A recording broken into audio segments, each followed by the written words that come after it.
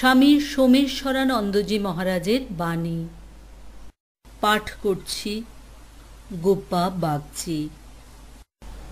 কঠিন পরিস্থিতি বা কাজে এগোলেই বুঝবেন আপনি দুর্বল নন। দুর্বলতা একটা কল্পনা মাত্র। জীবনে বেশি গুরুত্বপূর্ণ বুদ্ধির চেয়ে চরিত্র, শক্তির চেয়ে আত্মবিশ্বাস, দক্ষতার চেয়ে সৃজন শক্তি। গতকাল ইতিহাস, আগামীকাল অজানা। আজকের দিনটাই শুধু আমার হাতে। অপচয় না করে ভালো করে কাজে লাগানো যাক একে। সাময়িক পরাজয় বা ব্যর্থতা কিছু নয়। যদি মনে উৎসাহ ধরে রাখেন তবে শেষে আপনার সাফল্য নিশ্চিত। সরলতাই সবচেয়ে বড় আভিজাত্য। চিন্তা, কথা ও কাজ এই তিনটির মধ্যে সামঞ্জস্য থাকলেই মনের শান্তি বজায় থাকে। যেখানে যেতে চান একদিন ঠিক সেখানে পৌঁছে যাবেন। শুধু লক্ষ্য থেকে দৃষ্টি সরাবেন না, আর চলতে থাকুন, থামবেন না। নীরবতা নিঃশব্দ নয়, অনেক উত্তর লুকিয়ে আছে তার মধ্যে। এ শুধু হৃদয় দিয়েই অনুভব করা যায়। যতই অন্ধকার হোক তার মধ্যে নক্ষত্রের আলো দেখা যায়। প্রবল বৃষ্টির সময় সুন্দর রিমঝিম শব্দ। জীবনও এমনই এক আকাশ। শান্ত মন ও সংবেদনশীল হৃদয় সবচেয়ে গুরুত্বপূর্ণ আপনার জীবনে। কে কি বলল এ নিয়ে চিন্তা করছেন কেন? অন্যকে গুরুত্ব দেবার আগে নিজেকে গুরুত্ব দিন। সব কিছু বদলে যায়, প্রিয়জনেরা চলে যায়, তবু জীবন চলতে থাকে। এটাই সত্য। একে আপনি হাসি মুখে গ্রহণ করবেন না দুঃখে, সেটা আপনার হাতে। বাইরে যা কিছু চলছে তার সবকিছু কন্ট্রোল করতে না পারলেও আপনার ভেতরে কি চলবে সেটা আপনি স্থির করতে পারেন।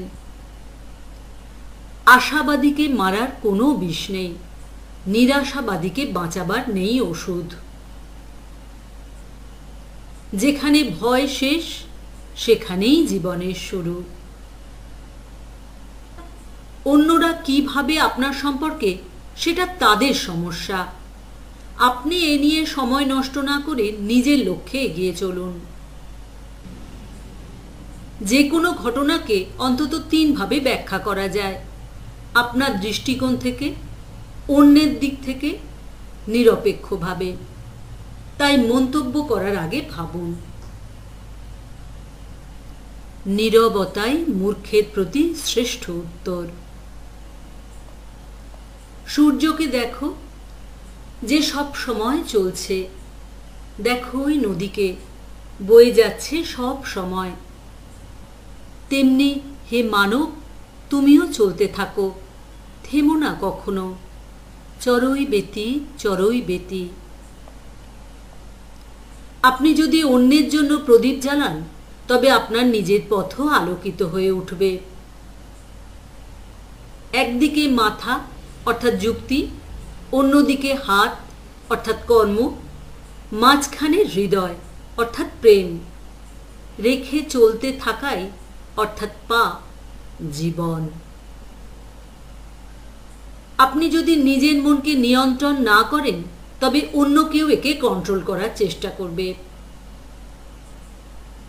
সুযোগের জন্য অপেক্ষা করো না, সুযোগ তৈরি করে নাও। অন্যকে ভালো বা মন্দ বলার আগে একটু চিন্তা করুন, কারণ আপনিও নিখুঁত নন। ঈশ্বর আমাদের 2টি কান দিয়েছেন, কিন্তু মুখ একটি, অর্থাৎ শোনো বেশি, বলো কম। ঈর্ষা ও হিংসা অক্ষম ব্যক্তির লক্ষণ।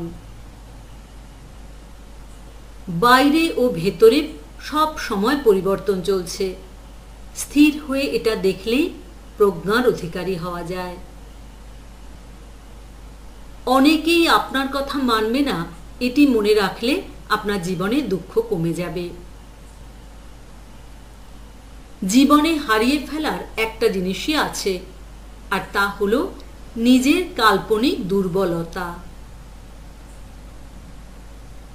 পড়ে যাওয়া জীবনের অঙ্গ, আর উঠে দাঁড়ানোই জীবন। বাইরের হিমালয় জয় করা সহজ, আসল বাধা তো মনের ভিতরের হিমালয়টি। মৃত্যুর পর জীবন থাকে কিনা এর চেয়ে বড় প্রশ্ন, মৃত্যুর আগে সে জীবনী শক্তিতে ভরপুর হয়ে বেঁচে আছে কি? বিপদ হলো থার্মোমিটার, যা দেখায় আমরা কতটা সাহসী, কতটা শক্তিশালী। জগৎ ভালো মানুষে ভরা, একবার তাকিয়ে দেখুন। বিশ্বাস না হলে আয়নার সামনে দাঁড়ান। নিজের জীবনকে যদি আশীর্বাদ বলে মনে করেন, তবে তা আশীর্বাদ হয়ে দেখা দেবে, আর অভিশাপ মনে করলে অভিশাপ। হাসি, আনন্দ, ভালোবাসা, একে তিন, তিনে এক। একটিকে পেলে অন্য দুটি নিজেই আসে। আশাবাদীর মৃত্যু নেই, নিরাশাবাদী 30 বছরেই মরে যায়, 80 বছরে চিতায় ওঠে শুধু। জীবনের ঘটনাগুলি ফেসবুক পোস্টের মতো, কয়েকটা ইগনোর করুন, কিছুতে লাইক দিন, আর খুব কমই কমেন্ট। চারিদিকে অন্ধকার, দম বন্ধ পরিবেশ, গালাগালি দিচ্ছে সবাই। আসুন এই দমবন্ধ অন্ধকারের মধ্যে আমি আপনি হয়ে উঠি ছোট প্রদীপের মতো।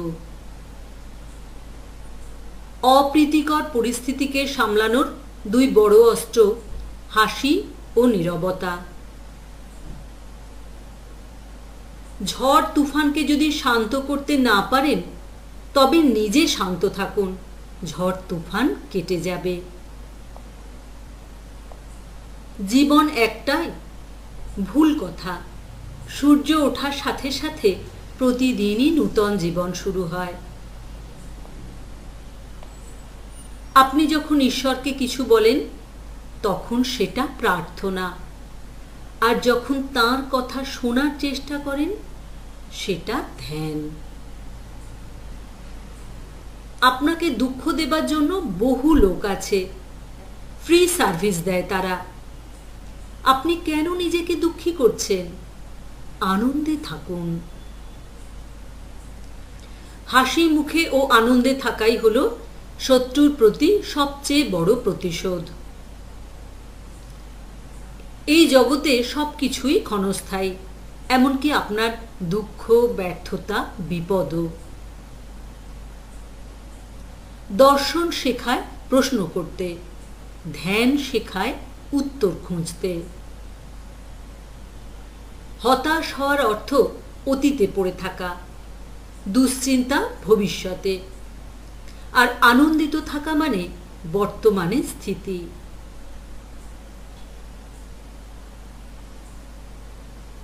যত তাড়াতাড়ি দাঁড়বে এগো, হাল ঠিক না থাকলে নৌকো তার দিশা হারায়।